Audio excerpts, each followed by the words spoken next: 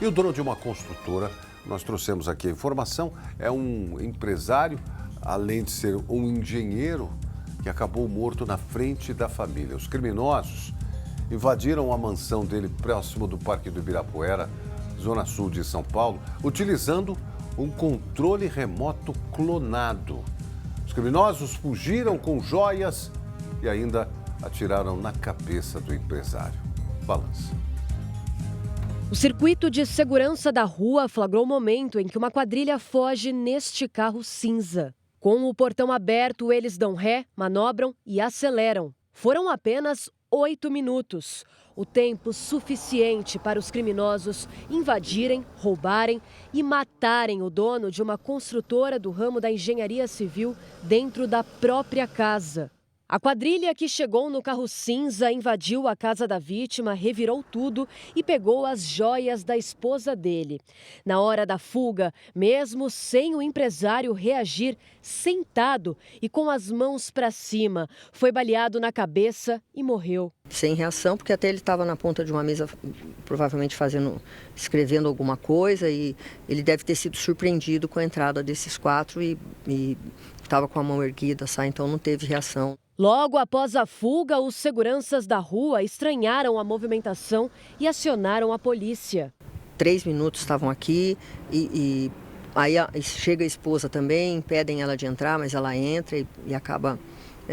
não foi possível reanimá-lo. Foi exatamente por aqui que os criminosos entraram e depois de apenas cerca de 8 minutos saíram com as joias da esposa da vítima. O empresário de 58 anos estava sozinho no momento da invasão. Uma rua bastante tranquila, calma, com guaritas, em um bairro nobre aqui da zona oeste de São Paulo. A vítima, que também era engenheiro e dono de uma empresa do ramo da construção civil, esperava pela esposa e pelo filho mais novo no momento deste assalto.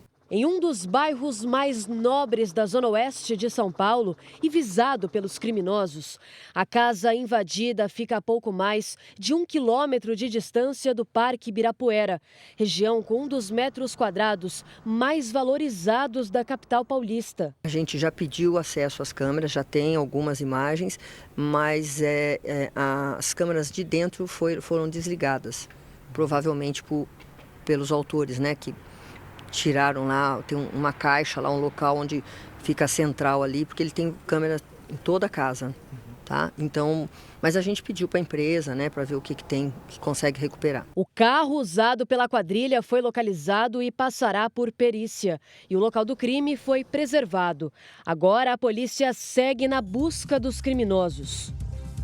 Na imagem ali tinha um rapaz de boné azul. Aquele seria o vigia da rua, que percebeu que algo estava errado, mas não podia fazer muita coisa. Um detalhe nessa história é que não foi um crime de oportunidade. Eles provavelmente tinham informações, tanto é que estavam usando um controle remoto clonado. Letícia Miyamoto, que está no local, que inclusive tem muitas câmeras de segurança, lá tem um patrulhamento maior, fica próximo também do Parque do Ibirapuera, região nobre. A mansão foi invadida pelos criminosos, né, Letícia? William, um local aparentemente muito seguro, uma região nobre aqui da zona oeste de São Paulo. Como eu tinha citado para você, inclusive, menos de 1 quilômetro de distância do Parque Ibirapuera. Tem várias guaritas aqui na rua, nessa mesma via. O nosso repórter cinematográfico, o Daniel Zoinho, está mostrando para você. Inclusive, essa guarita, nesse momento, está vazia, mas mesmo assim tem muitas câmeras de segurança espalhadas por aqui, porque todas as casas têm sistema de monitoramento. E foi justamente um desses vigilantes que percebeu essa movimentação suspeita e decidiu acionar a polícia.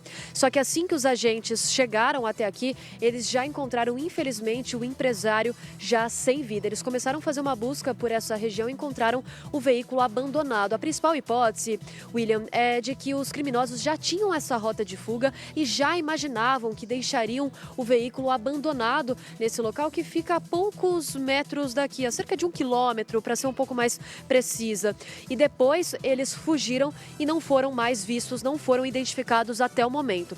Uma equipe do Departamento de Homicídios e Proteção à Pessoa, o DHPP, já esteve aqui no local, que é responsável por essa investigação. Uma perícia foi feita nessa casa, mas nós já temos a informação que os agentes devem retornar nessas primeiras horas da manhã de quinta-feira para escutar testemunhas, procurar por novas câmeras de monitoramento. E eu percebo, inclusive você deve também ter visto aqui nas imagens, que tem algumas luzes acesas ali dentro, né, dessa residência. Então a informação que a gente tem é que nenhum parente retornou para cá, pelo menos depois dessa tragédia que aconteceu aqui com esse empresário, eles não retornaram, mas ainda assim foi deixada uma luz acesa, tanto a da garagem aqui no andar do piso térreo, como também do piso superior aí dessa casa. A informação é que o empresário estava esperando pela esposa e pelo filho mais novo, então eles não estavam em casa, né? O empresário estava sozinho no momento dessa invasão. E ele foi surpreendido porque, volto a dizer, William, ele já estava rendido, estava com as mãos para cima. Mesmo assim, foi baleado e morto por esses criminosos, William.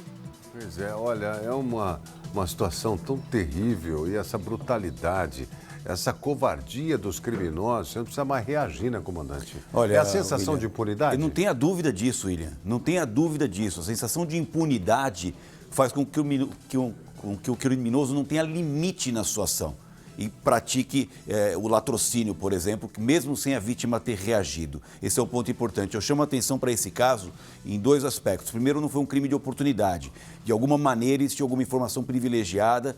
E o segundo ponto que eu quero trazer aqui é uma dica de segurança, William Leite. As pessoas que têm casas, que têm portões automáticos, têm controle remoto, têm que levar o controle remoto numa oficina especializada, dessas de chaveiros, eles fazem o controle que não é clonável.